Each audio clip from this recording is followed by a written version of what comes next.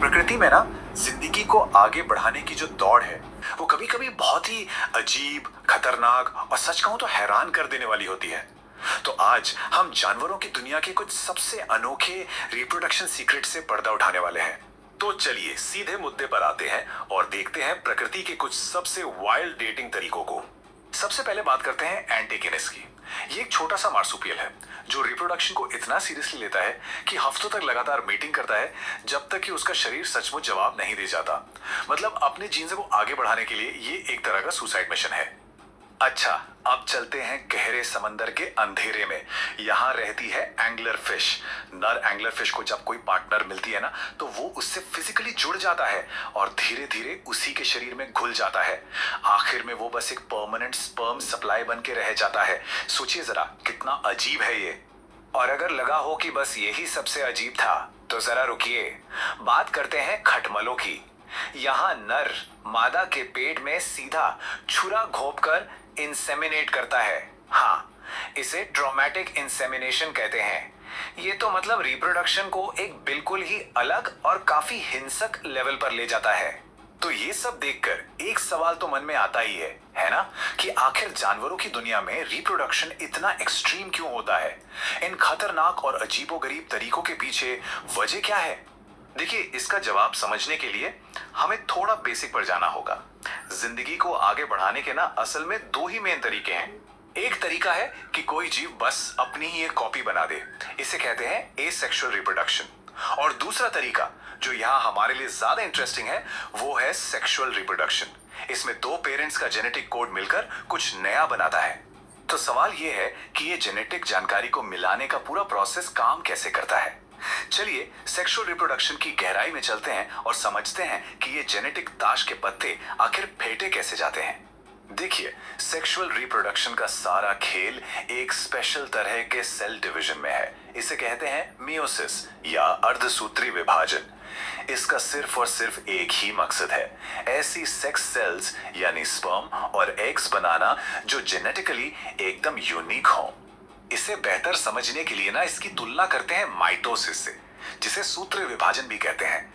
Mitosis वो process है जिससे हमारे शरीर के सेल्स ग्रोथ या रिपेयर के लिए अपनी हूबहू कॉपी बनाते हैं। लेकिन मियोसिस का काम कॉपी बनाना नहीं है, इसका काम है जेनेटिक वैरायटी पैदा करना, ताकि हर बच्चा अपने पेरेंट्स और अपने भाई बहनों से भी अलग हो। तो ये जेनेटिक मिक्सिंग होती कैसे है? ये एक 4 स्टेप का प्रोसेस है। इसमें सबसे जरूरी स्टेप है क्रॉसिंग ओवर।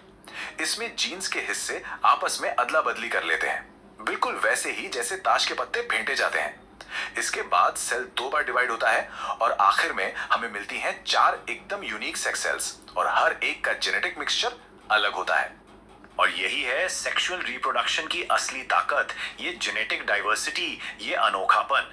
इसी एक चीज के लिए एंटेकिनस अपनी जान दे देता है और पीकॉक स्पाइडर अपनी जान दांव पर लगाकर नाचता है। और बस यहीं से शुरू होती है रिप्रोडक्शन की एक आर्म्स रेस, एक हथियारों की होड़। जेनेटिकली सबसे कामयाब होने की ये जरूरत ना जानवरों को उनकी हदों से भी आगे धकेल देती है और यहाँ दांव पर बहुत कुछ लगा होता है। चलिए पीकॉक स्पाइडर वाले एग्जाम्पल पर वापस चलते हैं। इस छोटे से कलाकार के लिए ये जो डांस है ना, ये कोई रोमांटिक चीज नहीं है, ये तो सीधा सीधा जिंदगी और मौत का सवाल है। उसका हर एक मूव उसके जेनेटिक फिटनेस का सबूत होता है। फीमेल स्पाइडर उसे बहुत ध्यान से देखती है। अगर परफॉर्मेंस पसंद आया तो उसे अपने जीन्स आगे बढ़ाने का मौका मिलता है, लेकिन अगर वो जरा सा भी चूका तो वो उसका डिनर बन जाता है।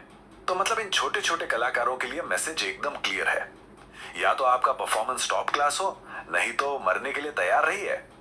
और यही कंपटीशन वाला प्रेशर हमें वापस एंटीकिनेस पर ले आता है। उसका वो सुइसाइडल रिप्रोडक्शन असल में दूसरे मेल्स को हराने की एक डेस्परेट कोशिश है। वो अपनी जान की कीमत पर यह पक्का करता है कि उसकी जेनेटिक लेगेसी सबसे बड़ी हो। तो इन सारे एक्सट्रीम एग्जाम्पल्स को देखने के बाद आखिर में हम क्या समझ सकते हैं? चाहे एक सिंगल सेल हो जो अपने जीन्स को मिक्स कर रहा हो, या फिर वो मार्सुपियल जो मेटिंग करते करते अपनी जान दे देता है, ये सब कुछ बस एक ही चीज के लिए हो रहा है, अपनी यूनिक जेनेटिक जानकारी को अगली पीढ़ी तक पहुंचाना। और यकीन मानिए, ये प्रकृति की सबसे ताकतवर शक्तियों में से एक है। ये सब जान करना ह्यूमन रिप्रोडक्शन भी एक बहुत बड़े और वाइल्ड कॉन्टेक्स्ट में नजर आता है। तो प्रकृति की इन एक्सट्रीम हदों को देखने के बाद ये सोचना लाजमी है कि इंसान होने का असल में मतलब क्या है।